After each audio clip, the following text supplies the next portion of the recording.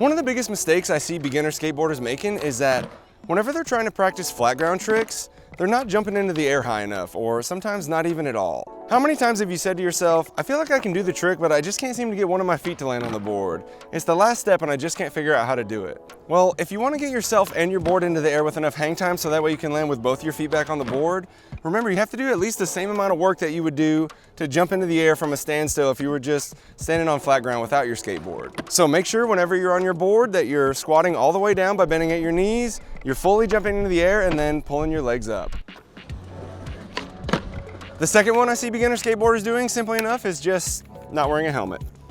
This one is probably the easiest one to fix and the most important, so just remember, every time you lace up your skate shoes, you should also be putting on your helmet. The third big mistake I see beginner skaters making is that they're winding up their shoulders whenever they're trying to do tricks where their body isn't supposed to be rotating. You'll know if this is happening to you if your board keeps turning 90 degrees on you every time you try to do an ollie.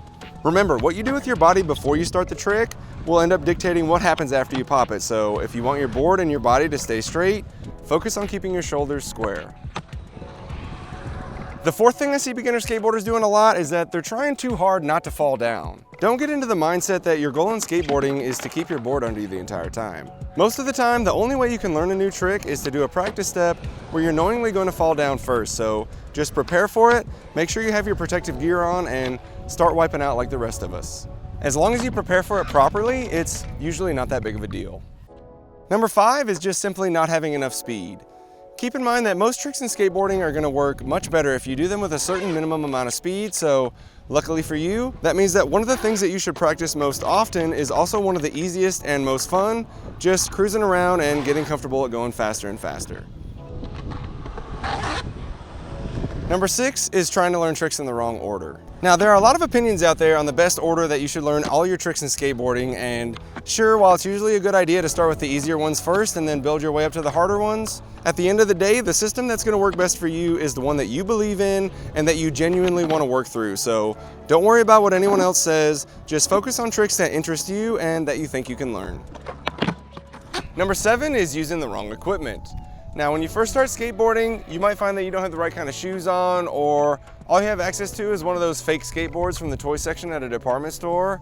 And if you're in that situation, honestly, it's gonna seem like skateboarding is just absolutely impossible. Don't make the mistake though of thinking that it's because you're not cut out for the sport. Skateboarding doesn't really work that well for anybody if they don't have the right equipment. Beginner mistake number 8 is giving up on tricks too quickly.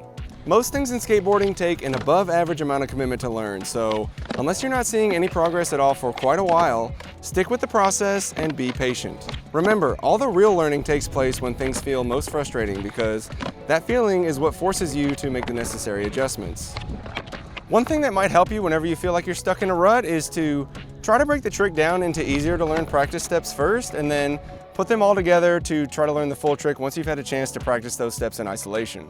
Number 9 is going to the skate park at the wrong times. If you're a beginner, it might be a little more difficult for you to go at your own pace and kind of use all the features at the skate park if you're going during the busiest possible hours. Now, believe it or not, a lot of hardcore skaters are late risers, so if you want the whole skate park to yourself, wake up early and be at the skate park ready to go when the sun comes up, and you'll have plenty of time to work on stuff without having to worry about running into everybody else. Number 10 is going out to skate without enough of a plan. Now, of course, it's perfectly fine to go out skateboarding anytime just to cruise around and not have to focus on learning anything new, but whenever you want to start making measurable improvements, just going with the flow is going to be the slowest path to getting there. Once you decide that you want to start taking your progress seriously, start writing your goals down, study what you need to do to achieve them, and then make sure to specifically spend some time working on them every time you go out to skate. Number 11 is falling on one of your arms while it's fully locked out. Now, this one's easy enough to understand why it's a bad idea, but it's really hard to avoid doing during the split seconds you have to react whenever you realize that you're falling down. The real trick is to just practice falling down beforehand, so that way your body instinctively knows what to do whenever you find yourself in that situation. To get a full breakdown for how you can best prepare for all the times you're gonna fall down from skateboarding, check out this video right here, and as always guys, remember, never stop improving.